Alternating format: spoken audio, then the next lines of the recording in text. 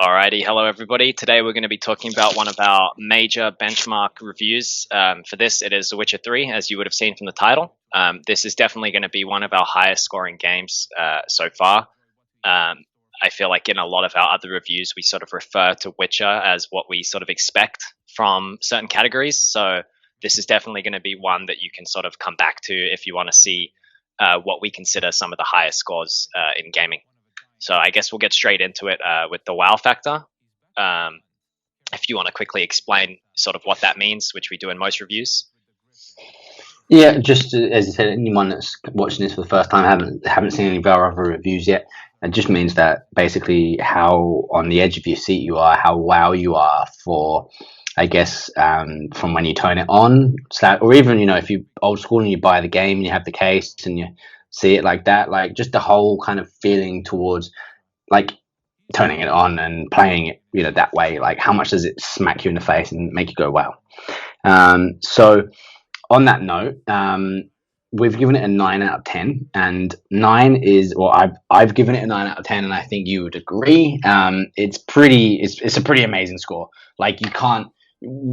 There's not much higher than that. We don't generally like to give higher than nine, although there'll be a few exceptions to that rule here. But basically, it had. I was gape mouthed playing it the whole way through, pretty much. How about you?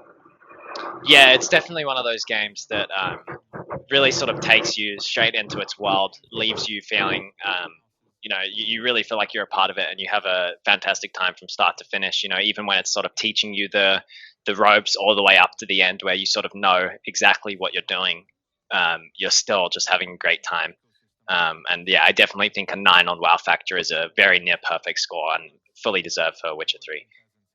And we should say that there's going to be some spoilers. There's going to be completely spoilers here. It's totally spoilered. So if you haven't played it, then go and do that now, or forever hold your peace.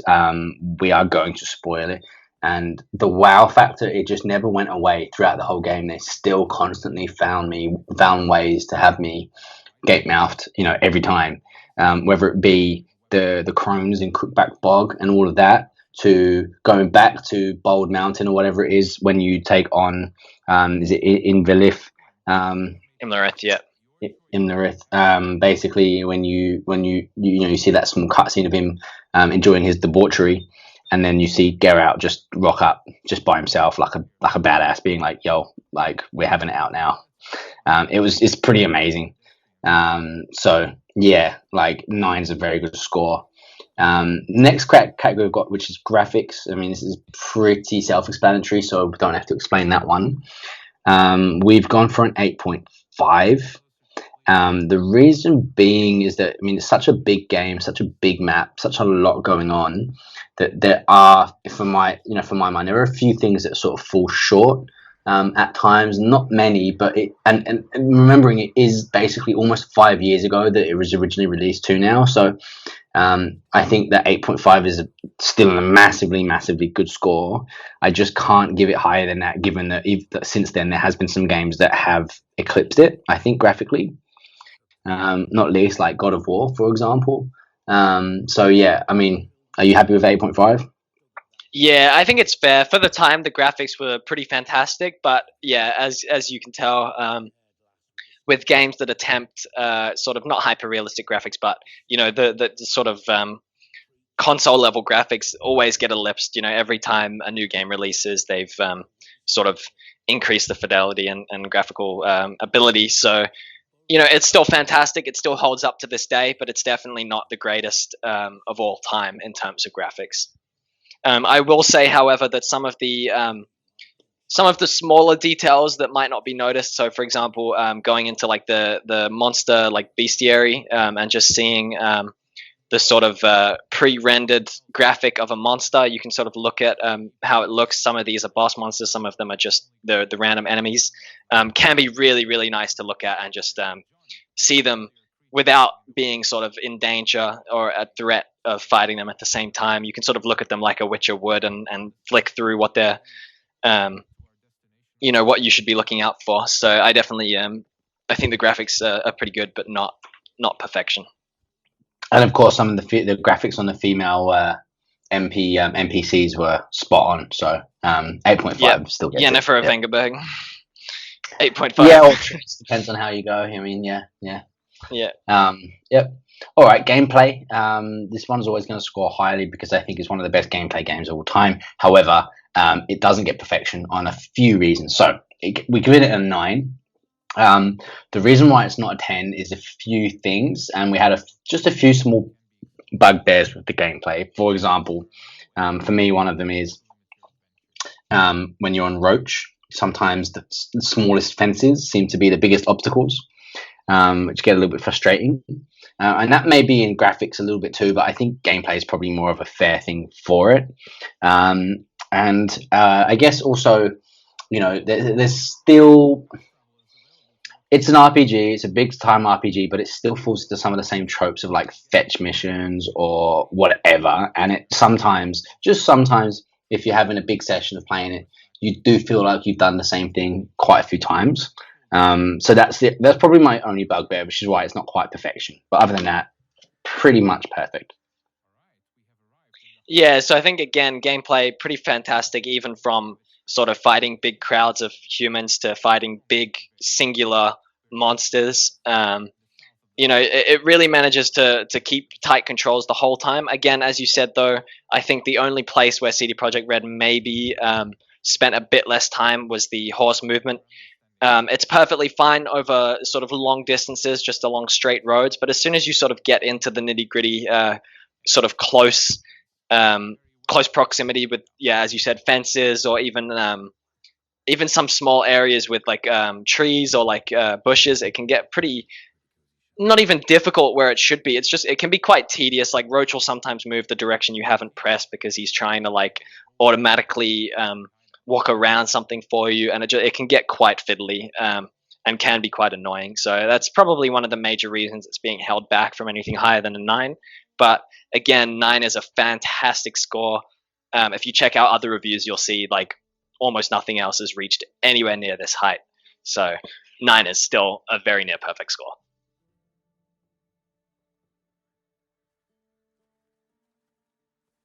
So I guess moving straight on to story right afterwards, this is definitely one of the highest rating again. The story for The Witcher has always been an extremely sort of focal point, coming from the sort of novel background, and having 2 games prior to this one to sort of back it up in terms of history and characters. We've given it a 9.5. We think the game for Witcher, the story made for the game of Witcher 3 is absolutely fantastic, even down to some of the more minor side quests. But definitely talking about that overarching story with the main characters, Ciri, Yennefer, Geralt, all the way up to the Wild Hunt. Definitely, I think a 9.5 is a very, very strong score. What do you think? Yeah, I mean they've got a hell of a lot of original source material to pull off, or to pull from. They've had 2 games of building up their kind of alternate reality sequel version of Geralt and everything that's going on here too. And they've also got, to build into things like the Great Frost and all the rest of it, parts of these European and North European heritages to pull off as well. So they've got a lot to use. And unlike some people that have a lot to use but have like a particular agenda or whatever, they actually do it exactly how it should be.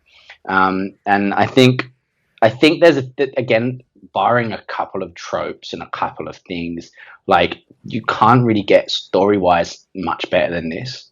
And I would be very surprised. We could probably review a game a day, every day for the rest of our lives, and there would be at best a handful that would score higher than this in story, to be honest. And there's some damn good stories out there. In fact, stories is what has made me a gamer, specifically in games, because you can tell a much richer, denser, wide variety story. And this is what Witcher 3 does. And just to add on to all of this, and this kind of goes into a few other categories, but the 2 DLCs that you get, if you've had already finished the main game, if you like, and then you get these DLCs and you can play through these DLCs, and it's almost like 2 new games with its own heavy storyline. Like Hearts of Stone with with their storyline is insane. That's a really rich story of like, redemption and betrayal, and like, what is the point in living forever if everything around you like perishes and you don't. Like that's an amazing story. And then obviously, Blood and Wine is another pretty good story in its own right, of again betrayal and like scheming and conspiracies and vampirism, and like there's a lot of stuff going on there just in those small things. So 9.5, I think, is about as high as you're ever going to get in story, and I think it's justified. Yeah, I absolutely agree. And as you said, yeah, the DLCs, they don't really drop the ball even with post game content. It's all absolutely up to the highest standard, and I really think The Witcher does a fantastic job, sort of securing a 9.5 on story for sure. Yeah, agreed. All right, so the next point that we have here would be the world/atmosphere, and I will give this a bit of a quick explanation for those new viewers. Pretty much just means like we've covered off on like story, how it plays, how it looks, how it like feels that way. But the next thing is another kind of feeling. So it's how rich and dense is the world itself? How much do you feel in terms of atmosphere that like you are actually part of this world and it is its own world? And some games have been amazing at creating like a story with great gameplay, but you don't feel like that it's really a world. And then some games are really good at creating like this real world, but you don't have much story. And obviously, this is one of the factors we want to look into. And I'll go ahead and say this is very close to perfection, 9.8. It feels like a real world. It feels like this could be like a documentary almost. And I think that there's only 0.2 marks that we've taken off, and I'll get into those in a second. But 9.8 for the world and atmosphere, because it's just you feel like you are in this world. What do you think? Yeah, absolutely. I think one of the things CD Projekt Red does fantastically is just the sort of NPCs roaming the world. I know it's sort of having played the game a lot, you sort of get to realize that a lot of them have set sort of patterns every day, but it's so much better than games like, for example, Skyrim, where almost every NPC is named and they have their own individual sort of patterns. Because if you come into that town and kill them off, that's it. They're done. They're not going to be doing that anymore. But when you walk into sort of a peasant, even just a peasant village in The Witcher 3, you see all these peasants, gathering, water with a bucket, or kids running around playing, or like the elders doing their jobs like cutting trees or whatever it happens to be. It all just feels alive, really, when you're traveling across the world, going from these different provinces with sort of different types of NPCs. You'll even go to places like Novigrad and see all the different sort of shady characters and all the richer characters instead of just peasants, and it really does feel alive. And I think it's definitely one of the best game worlds that's ever been crafted. And I really highly doubt that there'll be very many games that can top this score or even match it. Yeah, agreed. And look, I think the some of the ways that I think it pulls back, and as I said, it not a huge amount, but just a little bit, is a couple of the voices.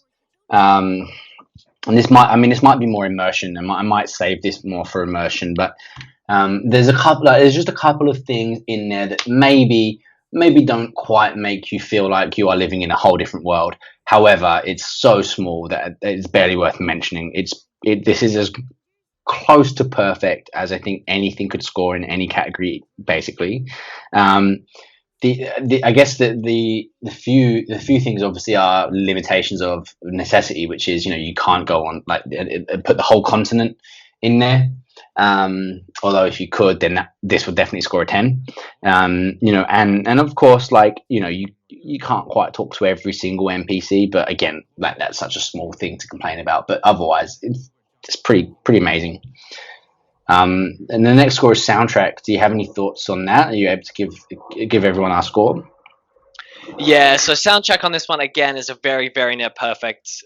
We've given it a 9.7. There's a few There's a few tracks that are, I guess, not quite as catchy or notable, but for the most part, I'd say a solid like 90% of the tracks in this game are absolutely phenomenal, like completely and perfectly fit the situation that they're played in, um, and really just sound like they're coming from this world that you're traversing.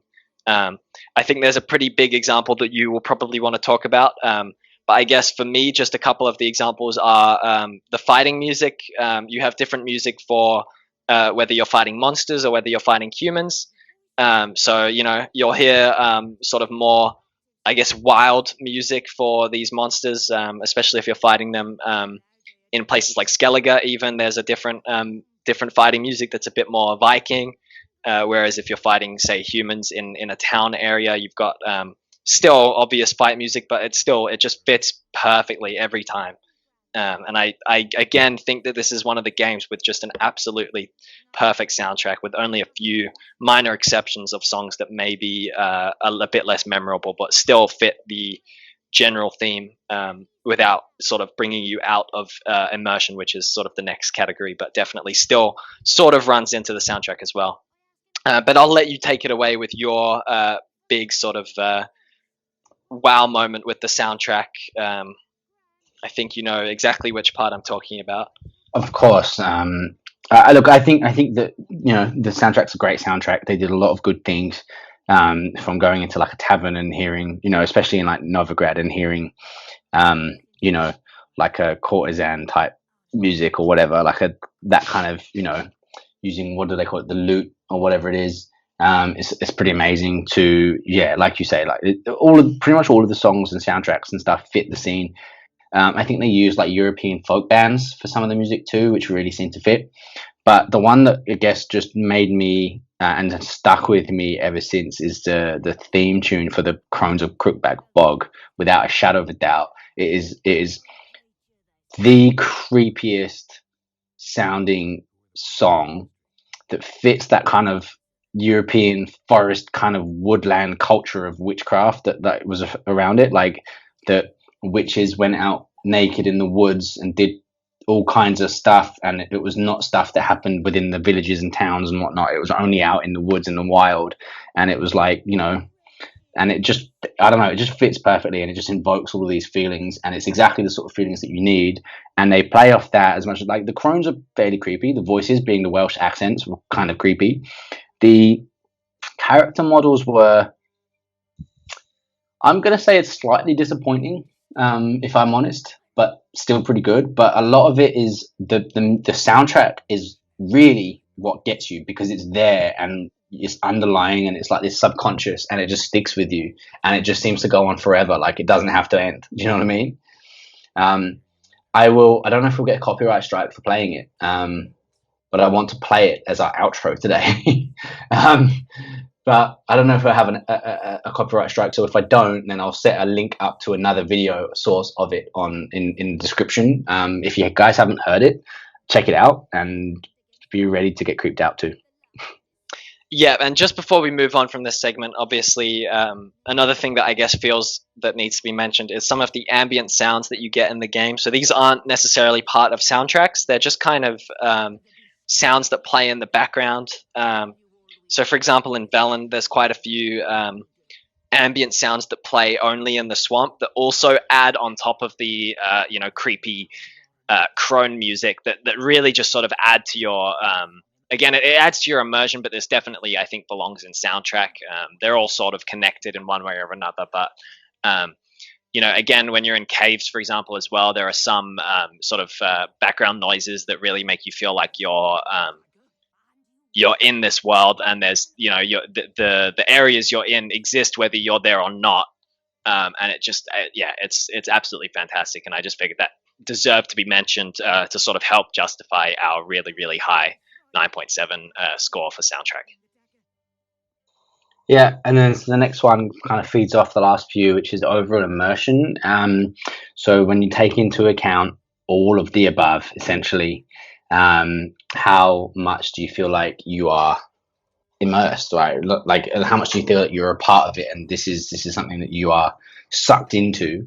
And I'll mention why. So it's 9.5, another very high score. However, it's a 9.5 with a small little asterisk, which would be lower. But for a few things, because I've got a couple of bugbears, and a couple of them are in, say, Dandelion and Triss's voice actors, who I know some people will say, "Oh, I love them, I love them," but for me, they actually pulled me out of the immersion a little bit because everyone's got like a European or a British of some form or like an Irish accent, right? And it sort of fits because it's the continent. It's kind of like a medieval Europe almost, and it sort of fits. And then suddenly you've got these two characters out of nowhere that have these really annoying, nasally kind of Americanized accents, and I hate them. Actually, I just hated them. Pure hate, like pure hatred. Nothing else to say about them, and it pulls me out of the immersion a little bit because they're the only ones that have it, and I don't know why. Even actually, Geralt kind of has an American accent, but his voice act is so good that he sort of hides it well enough with the kind of gruff, you know, way of speaking, and doesn't say too many words, so it works. Yeah, I guess yeah. My issue is that yeah, Dandelion and Triss. With Dandelion, at least he's kind of a you know, he is a main character, but he doesn't you know, you can sort of rush through the scenes with him and not really pay too much attention to it. But Triss, on the other hand, she has quite a lot of story significance. She has her own pretty massive set of sort of side quests that lead towards romancing her, which, by the way, I have never bothered doing because I don't think she should be the one that's canonically tied to Geralt, and B, her voice actress just annoys me so much that I honestly would rather listen to Yennefer's voice for like the 5th time than listen to Triss's a single time. But the other thing is she also has a really, really important mark in one of the major story missions near the end.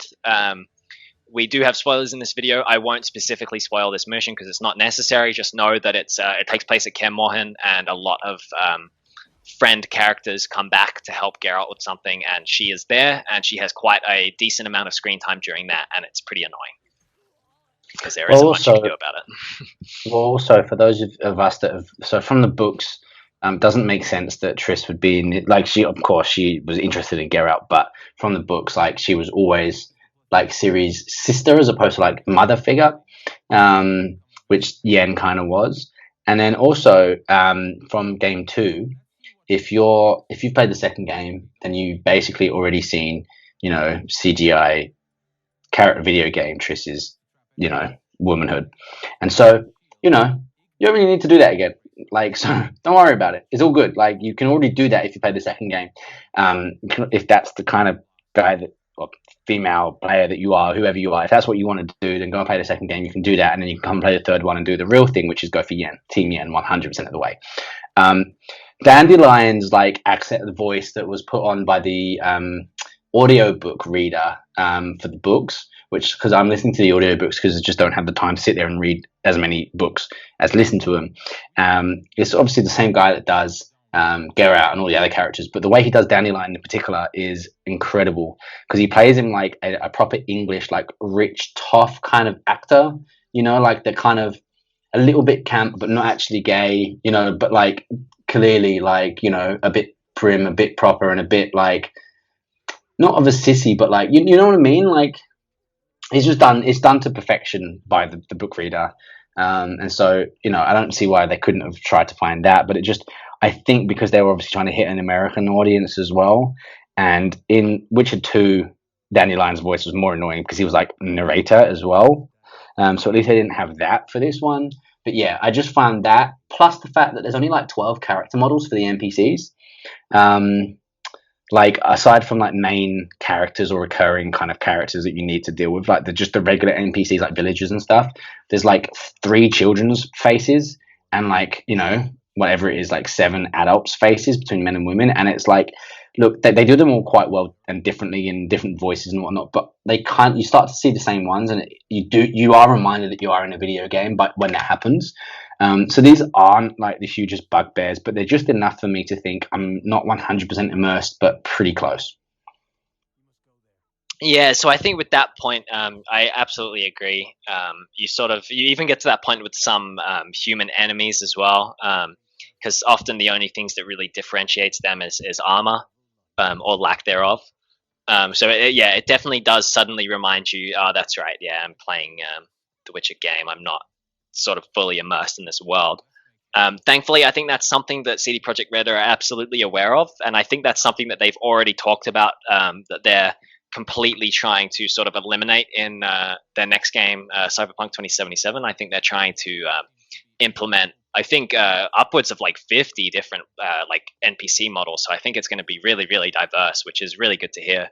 But definitely, I think since The Witcher came out in, like 5 years ago now, nearly.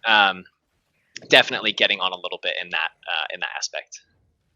Yeah, agreed. And also another thing, and I don't know if this is a setting or not, but I never found a setting, is even if you've never been to a place in the game, so you're still early in the game, when you have a quest or whatever that takes you to another place, it just has that dotted line on the little radar map. So you can kind of blindly follow it rather than just maybe just the first time you go somewhere they don't have that line, and maybe you could just almost like explore, and if you get lost, you have to go and check the map in your inventory or something and then go a different way and try and work it out for yourself a little bit, and then once you found it, then you kind of always know how to get there, and plus have the fast travel option or whatever. But that does take away a little bit of immersion, because you don't have that in real life, and you wouldn't if you was in a medieval the continent. You wouldn't have this like inbuilt GPS to your HUD.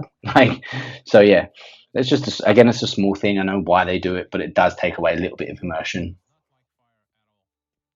Yeah, but I guess even with these sort of negatives, it's sort of still justifiable that this game really hooks you in and still gives you that really high 9.5 as an overall immersion. And I think it's pretty difficult to argue against putting it that high. I think all these points we're stating are relatively minor, and they're definitely not enough to push it down from this really high 9.5 pedestal.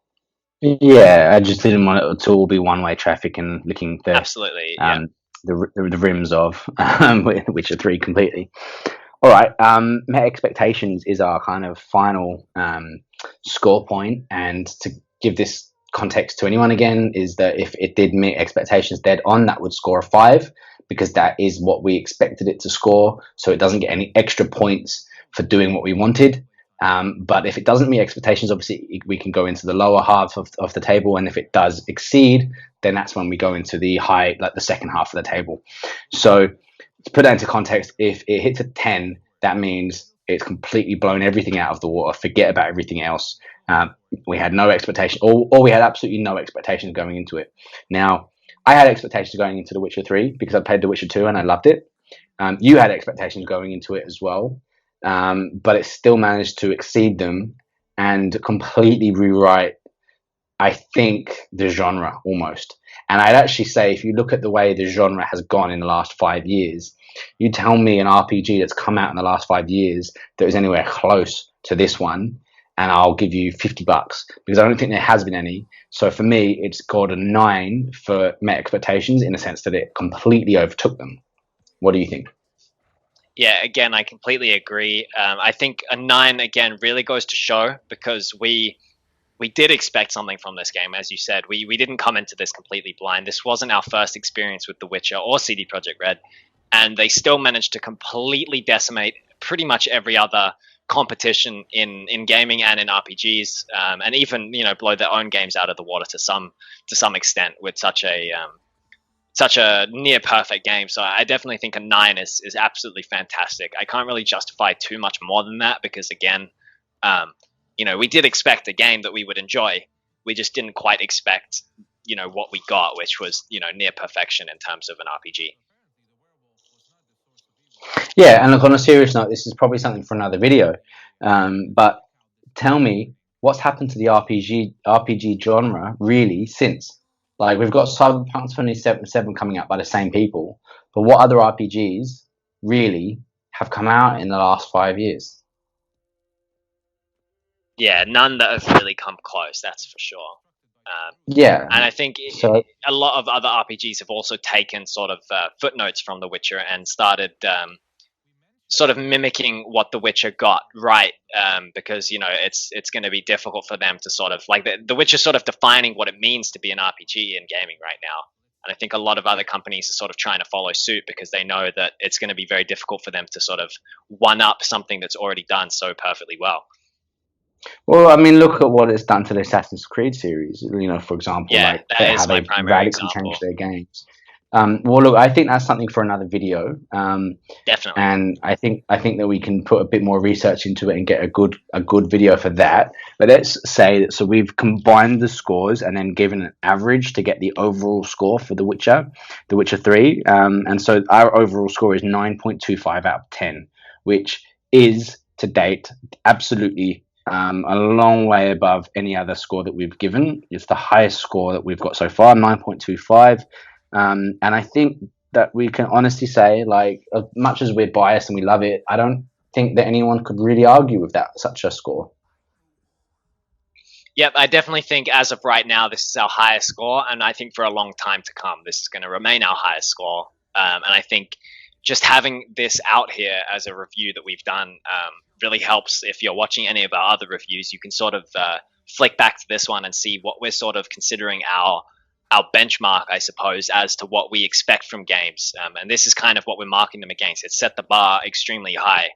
And we just want to make sure that, like, when we're reviewing other games, that we're not just being harsh on them for harshness sake. We've seen what, we've seen what can be done in a game. And we want other games to sort of reach similar heights. So that's why I think The Witcher 3 definitely deserves, the highest possible mark we've given so far, which is 9.25. And again, I think it'll hold that title for a long time. Yeah, maybe. And we'll see. Especially until 2077 comes out this year, hopefully. But yeah, so The Witcher 3, 9.25. My final take on it is, if you haven't played it, regardless of whether you're a fan of RPGs or not, it's definitely worth a play. If you are coming to this having only just watched the Netflix series that's come out as a new fan, that's okay. Go and play it. And if you've read the books but you're not sure about playing the games, then go and play it.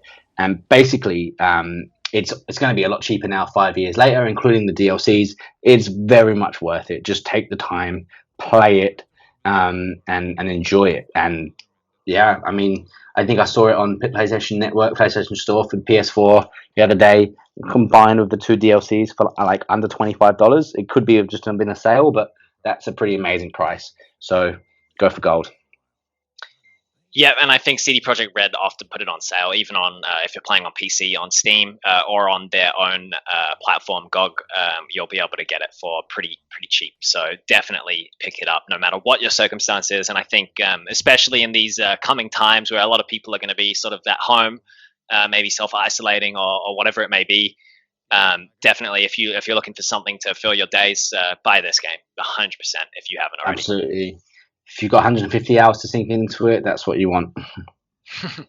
And with that, thank you very much for watching, and we hope to see you for our next reviews, or if we're talking about news, we'll definitely see you there as well. See you guys.